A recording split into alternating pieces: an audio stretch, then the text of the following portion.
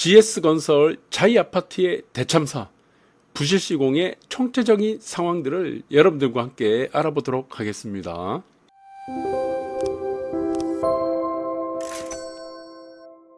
여기는 광주 화정동 아이파크 붕괴 사고입니다. 여러분들 작년에 있었던 이 사고는 너무나 잘 아실 겁니다. 현대산업개발에서 부실 시공을 하면서 아파트가 중간에 붕괴됐고 많은 사상자를 냈습니다. 그래서 지금 현재는 지금 이제 철거 후에 재시공을 한다. 지금 2022년도 5월달 기사입니다. 재시공을 한다고 그러고 전체를 8개동 전면입니다. 그래서 이게 이제 문제가 많았죠. 그래서 사실은 이거 현대산업개발이 시발점이라고 생각하는데 부실 시공, 네, 부실에 대한 시발점이 아닙니다. 사실은요. 네, 그 전에 있었던 자이부터 원래 이 부실 시공이 문제가 되었었습니다. 결정타를 때린 거는 현대산업개발의 아이파크 화정동에 붕괴가 되면서 이것이 어느 정도 수면 위에 올랐다 이렇게 보시면 될 것 같아요. 그런데 사실 이때까지도 자이의 부실 시공이라든가 하자 이런 것 부분들은 많이 다뤄지지 않았습니다. 그나마 자이는 많은 사람들이 선호하는 브랜드이기 때문에 이 브랜드에 대한 신뢰도가 사람들에 대한 신뢰가 형성이 많이 되어 있었기 때문에 시시하고 넘어갔게 된 거죠. 네, 그런데 자, 그 이후에 나타났던 것은 이제 서울역 센트럴 자이입니다. 기둥을 장식용으로 만들었다는 이 기둥이 하중을 받으면서 지금 철근이 드러나고 문제가 됐었죠. 금이 가고 내부에는 또 금이 가고요. 장식용에 왜 지금 장식용으로 만드는 이 기둥이죠. 그래서 내력벽과 내력벽 사이에 하중을 받아서는 안 되는 이 기둥이 네, 지금 하중을 받은 겁니다. 이 필로티에 있는 네, 지금 기둥입니다. 대리석 구조로 돼 있는 벽면으로 돼 있는 이 구조인데 이게 하중을 받게 된 거죠. 그러니까 하중이 어딘가에 지금 분산이 안 되고 쏠리고 있다는 얘기입니다. 이게 사실은 큰 부실 중에 하나입니다. 사실은요. 네, 언젠가는 이게 또 다른 커다란 문제 혹은 부실로 나타날 가능성은 있다라고 저는 개인적으로 보고 있습니다. 그래서 서울역 센트럴 자이를 보시면은 이제 여기서 중요한 거는 사용 승인일 준공입니다. 준공일자. 이걸로 보셔야겠죠. 17년도에 준공한 아파트입니다. 그러니까 지금 자이에서 문제가 되는 거는 17년도입니다. 17년도에서 현재까지 네, 2023년이죠. 23년까지의 부실 시공이 많이 드러나고 있습니다. 그런데 이 화정동의 아이파크 붕괴 사고가 워낙 크다 보니까 이게 그렇게 시시하고 넘어갔던 부분들 언론이라든가 이렇게 대중들에게 많이 드러나지 않았어요. 사실은. 그러나 17년도부터 그 전도 확인은 해봐야 되겠지만 17년 이후부터 준공된 아파트. 그러니까 이 공사는 언제부터 했겠습니까? 공사 기간이 보통 한 3년 정도 걸린다면은 14년도부터 자이에서 이제 공사가 시작된 아파트들은 상당 부분 부실화될 가능성이 있다. 부실로 시공됐었던 가능성이 매우 높다고 저는 또 볼 수밖에 없는 겁니다. 이 데이터가 그러니까. 네, 그래서 17년도에 이제 준공됐으니까 14년도부터 자이는 서서히 부실화가 됐었고, 그리고 여기 있는 김천 자이입니다. 김천 자이도 부실에 대한 논란이 많았죠. 다 지금 같은 해당의 기간들이 비슷합니다. 그리고 포항 자이도 여러분들 유명하죠. 포항 자이도 그렇게 많이 다뤄지지 않았습니다. 이 브랜드에 대한 신뢰도 때문에 그런지 자이라는 네, 브랜드. 여기서 보시면 18년도입니다. 18년도에 보시면은 또 이제 준공이 됐습니다. 그래서 이것도 보시면은 책임 관리와 시행사가 부당한 동거래가 있고 이러다 보면 어떻게 됩니까? 또 부실화가 되는 거죠. 부실 시공이 될 수밖에 없다. 네, 그래서 17년도부터 이어졌던 이 부실 논란들이 계속 있었다. 그래서 김천자이뿐만 아니고 포항자이도 이런 부실 시공이 지금 있어 왔는데 크게 다뤄지지는 않았습니다. 그러나 또 최근에 보시면은 센트럴 자이 서울역뿐만 아니고 검단의 아파트, 네, 또 이 자이가 시공사를 맡았던 아파트도 지금 붕괴되고 있죠. 네, 지금 보시면은 붕괴 사고가 있었습니다.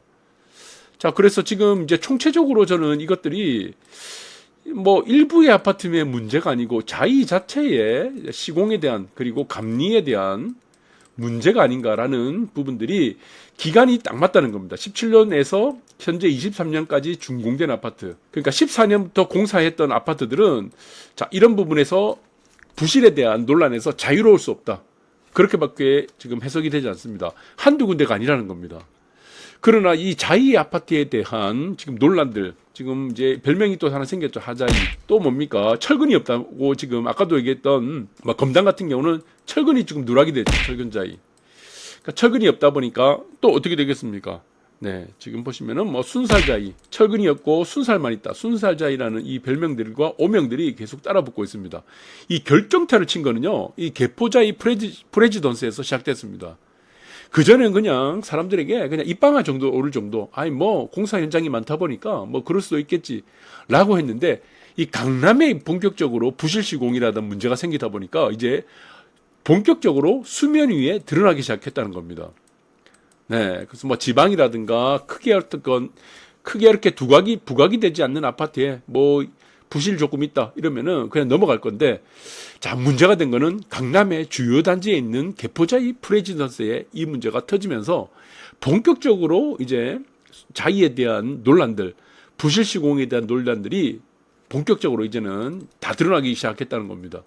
그래서 입주가 지금 3개월밖에 되지 않았는데 3개월 만에 지금 침수가 되고 누수가 되고 물새고, 지금 이 주차장을 보시면은 네, 수영장이 된 겁니다. 수영장.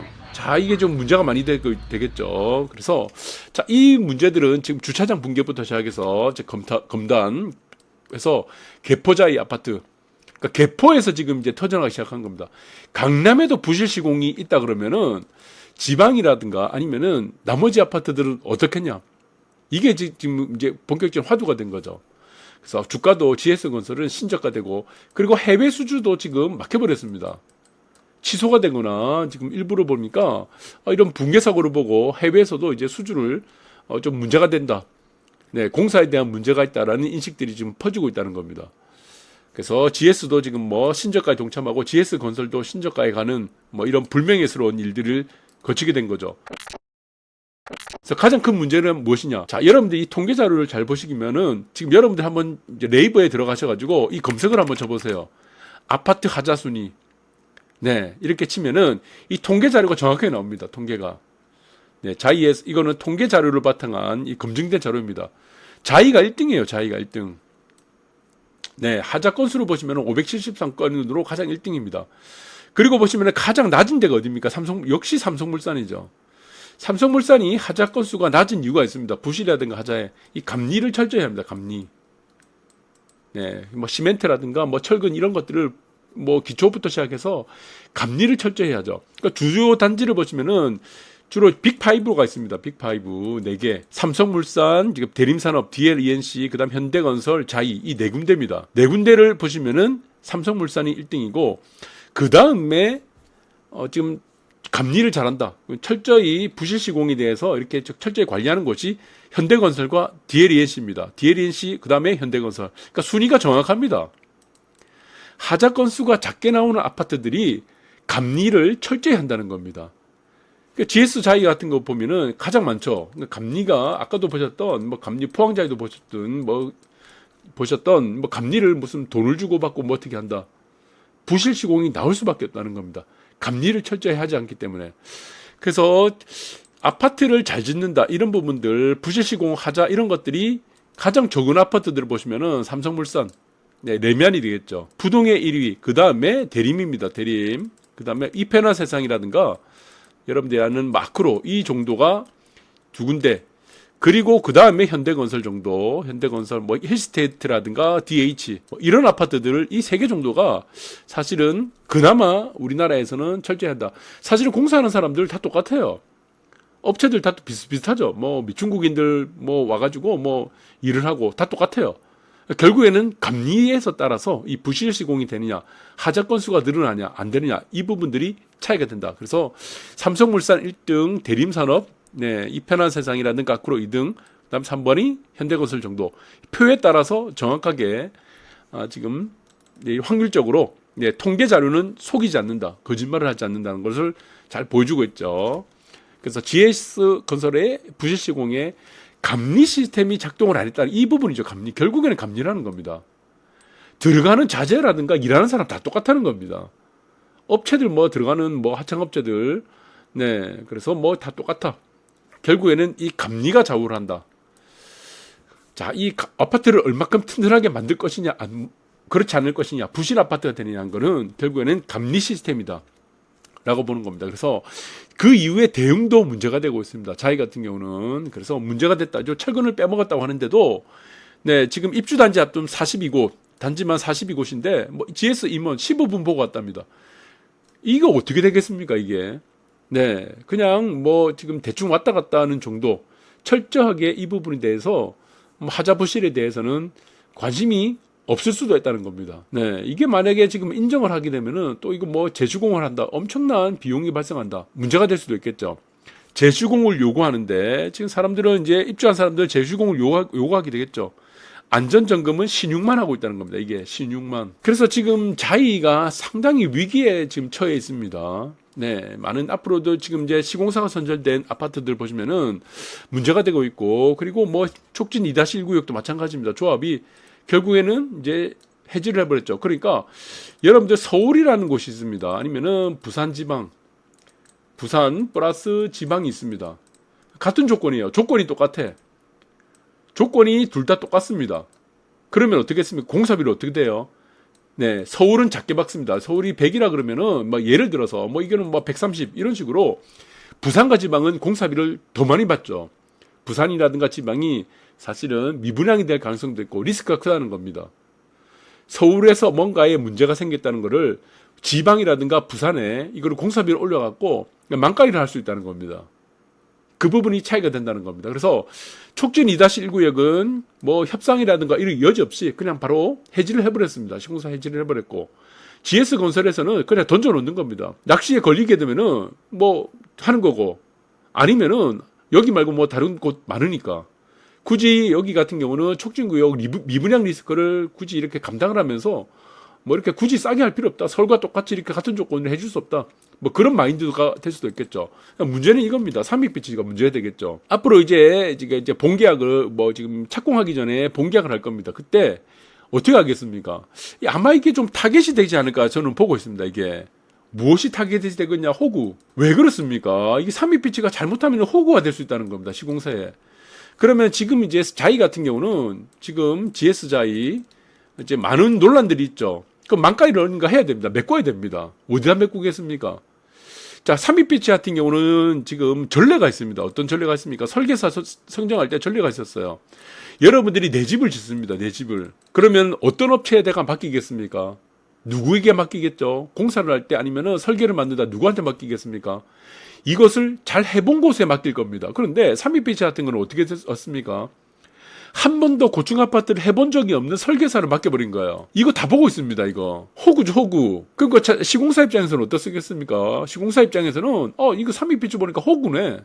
아니, 내 집을 짓는데 검증이 된 곳을 맡겨야 되는데, 검증이 되지 않는 곳에 그냥 자기들끼리 해서, 그냥 뭐, 희한하게 무슨 뭐, 선동을 해서, 그냥 이거를 낙찰시키더라. 선정을 해버리더라. 아, 이거 호구구나. 삼익비치 소유주는 조합원들은 호구구나. 이거 뭐 한번 어떻게 해볼까? 이렇게 생각할 수도 있다는 겁니다. 그래서 이거는 긴장의 끝을 놓아서는 안 된다는 거죠.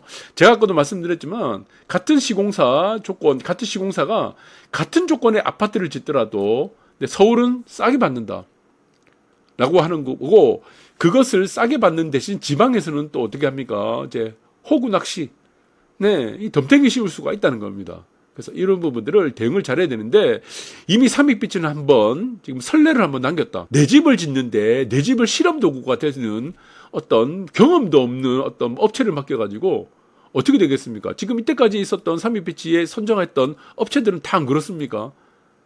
자기들이 무슨 뭐 삼익비치 소유주들은 무슨 뭐 실험 대상이에요. 무슨 마루타입니까?